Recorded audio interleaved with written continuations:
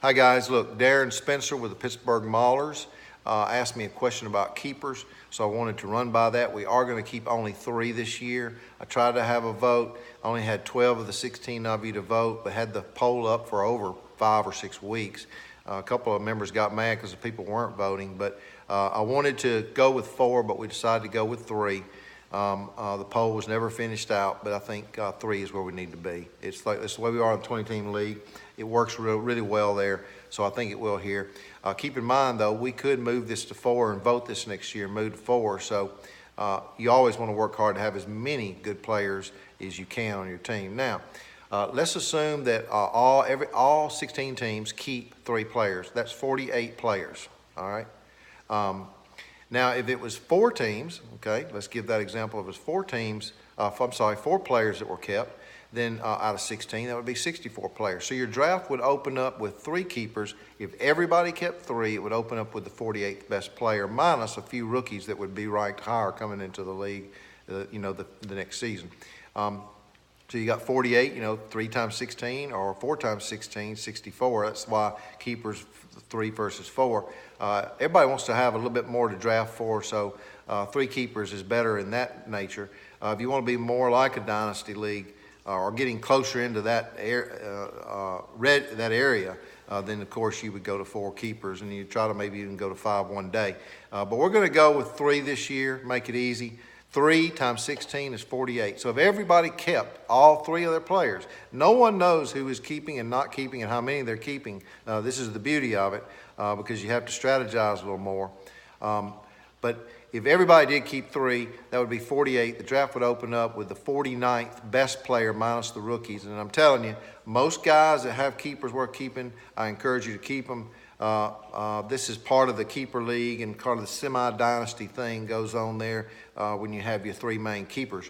So don't think that the draft's going to open up and you're just going to have a plethora of players. That's not going to be the case. I would encourage you, if you have a top 50 player and you like him and you think he's going to do good next year, you keep him going into next year's draft. Now, with all that said, you do not have to pick your keepers or select your keepers until the day before the draft next year. And I encourage you not to.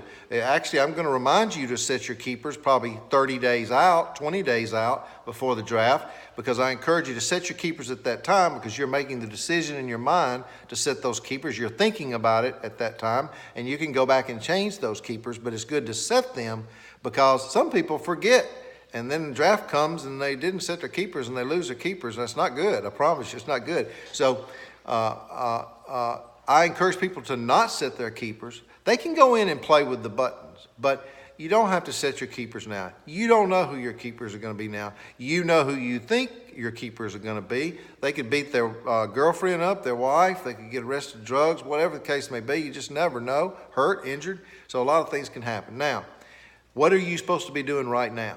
Okay? Right now, you're supposed to be trying to make the playoffs in the top tier and win. And you're also trying to win that spoiler award if there's no way you're going to make the top tier right now. And if you're somewhere in between, you're trying to get in position to possibly, with some luck, make the top tier, or you're trying to have the best team you can to finish on the top 8 board by winning your first 2 rounds in the lower tier and making it with that chance to play a top tier team that has lost in the first 2 rounds. That's the way the playoffs work. Now, when you're in the playoffs and you lose in the bottom tier, your season's done. It's time for you to go look for those injured players that could be stars, could be keepers, put them on your team, drop your ancillary players, your team defense, your defensive player, your head coach, and your kicker. No one keeps those. You drop those, and you start trying to collect players that are potential keepers. This is your poker hand, guys.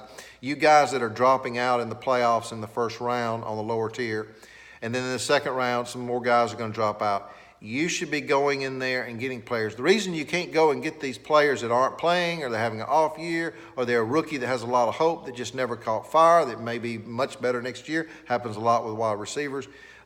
In those cases, you can afford to do that. You are one of the weaker teams in the league in that season, and you've dropped out of the playoffs. You can afford to go pick up some of those players and gather your poker hand the best you can. Is your poker hand as good as the guy who wins the championship that has 5 or 6 keepers or no? But this is the way that you strategize. If you're at the bottom tier and you're losing out in the playoffs early, you go and get those players, build your poker hand the best you can. You cannot add those players if you do not drop the non-keeping positions. That is defensive player, team defense, kicker, and head coach. So you drop those and you pick those up. And tight ends are rarely keepers in a three-keeper league. The really good ones can be. That is, again, your strategy. So, when you go into the off season, we have about 5 weeks where the software cuts down, then the software opens back up. All the players are back going reported training camp and such. There's lots of news. You're doing your studies.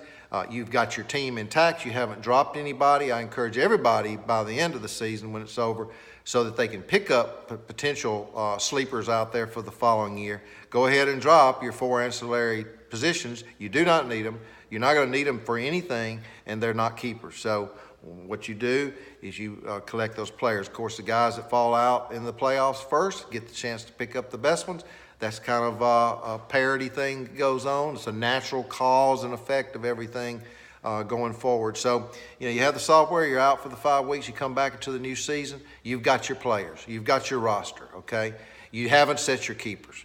But now you start thinking who you're going to keep. You start watching the news. You start doing your stuff. Well, guess what? We have draft pick trading. We trade for draft picks in the preseason. So if you're a team that has 6 or 8 keepers, or no, you're not going to have 8 keepers, anybody that has 5 or 6 keepers, you can dispense them out for draft picks. Now, you can't pick the first 3 draft picks because it's a 3-keeper league, and that's automatically avoided. You can't do that, but you can start at the 4th pick. Le'Veon Bell is not a good example, but if Le'Veon Bell was actually playing football and doing what he was supposed to do as good as he is, he would be worth a 4th and 5th pick. If somebody wanted to get a 2nd, 4th, and 5th picks, they already have their own 4th and 5th pick. If they want a 2nd, 4th, and 5th pick, which I tell you is pretty valuable, especially if you're good at picking in the draft, they might want to give up Le'Veon Bell because maybe his history is not so good, but he did play. In this case, he didn't play at all. I don't even know if anybody would really want him to waste a high draft pick anyway. He might go lower in the draft next year, fantasy football, just because of that. So there is a lot of strategy. There is the end-of-season strategy where you think about your poker hand or your roster, what you want to go into the off-season with. You got rest during the off season there, the 5 or 6 weeks that the software is down. Come in June, things start kicking back up sometime in mid-late June, and then you have to start strategizing. I have seen people not keep any players at all that had great keepers and start all over with rookie young teams and do very well in the 20-team league. Some guys say, if you start out bad in this type of league with the keepers, then you got a bum rap, and there's always going to be good teams, always going to be bad teams. That's not true. In the 20-team league, the more skilled players are definitely do better on a consistent basis. There's no doubt about it. And their teams are a little better, no doubt about it, but they're more skilled players. But they have off years. And other guys who are pretty skilled players that have a bum rap end up doing very well the next year, changing their whole strategy. So there is a lot of strategy. Please ask me specific questions. I will answer them. I hope this has helped Darren Spencer get his question answered. We are keeping 3 keepers. You do not have to set your keepers to the new year. Your keepers is someone in the top 50 in this league, definitely in the top 40 of all players. Remember that our wide receivers hold power more, generally speaking, than the running back. After about the 15th ranked running back, wide receivers start to excel. So if you decide to keep 3 wide receivers, that is not a bad decision. Quarterbacks are premium in the 20-team league, big time. They also are in the 16-team league. They do score more than any other player in the league, generally speaking, all season long, maybe not week to week, but all season long, the quarterback is the highest scorer, and it's important to have that good quarterback. The 16-team league allows for you to have a second quarterback. 20-team league doesn't do that so much for everybody because there's only so many to go around. But all that's important. Ask me any other questions you have going forward. I will try my best to answer them promptly. Have a great week. Line them up.